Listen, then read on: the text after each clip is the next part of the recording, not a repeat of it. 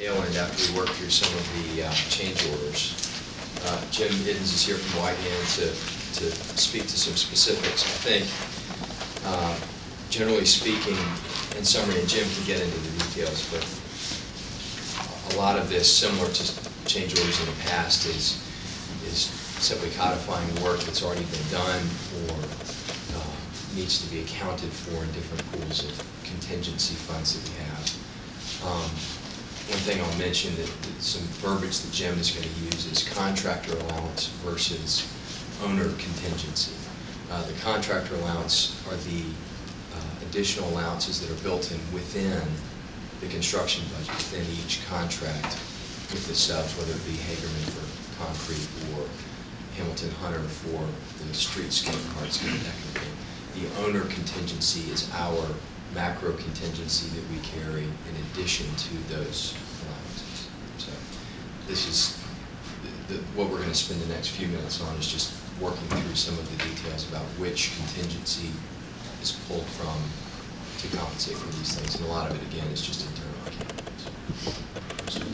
Okay. I think contract dewatering is the first on the list there. And again, it's a small, relatively small change order for $6,797, and it's purely where when we started putting the ramp into the ball field, one of our wells was located at the slurry wall right there, and we had to relocate it.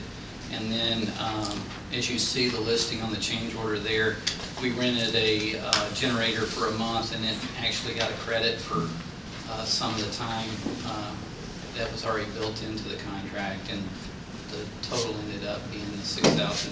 Now that we characterize with coming out of the owner contingency, and some of these smaller ones, Jim and I just get together and decide which side of the book, whether we're taking it out of the contractor contingency or the owner. So this is one we decided to take out of the owner's side. Again, a lot of the decision, just to pull back the veil a bit, within each contract there is an allowance, and at this stage in the game, we're trying to, in the end game, to bring that allowance down to zero in essence, because it's part of our budget and money to spend. At this stage, given the amount of time that we have left before we complete the building, it benefits the project to have some contingency allowance, I should say, left within those subcontracts, simply because it gives Jim the flexibility to make decisions on the fly when small, these daily type changes need to be made. And so in cases like this, we ended up taking it out of our overall owner's contingency, which I've accounted for in the overall budget. So this is a process that it's almost codifying something that we've accounted for a month ago. Should we go through all of them? Or? You want to go through all, because they're listed separately? Yeah, let's do that. Okay, so that's contract dewatering. The next one in the list here is LA Electric. This is purely the rough end for the data services in the suites, as well as the TNCAP's new offices and things of that nature. And we were, again, going to be taking care of that in the owner contingency. Okay, the next one is Fleming Excavating. And there was right next, on the north side of the parking garage, we had to lower the 15-inch storm coming into the building. It had to miss, there was a duct bank right there that we had to go down and under. And this is actually going to be a pressurized line now. And then also where our water tied in at West Brackenridge and Ewing, we had to reroute it.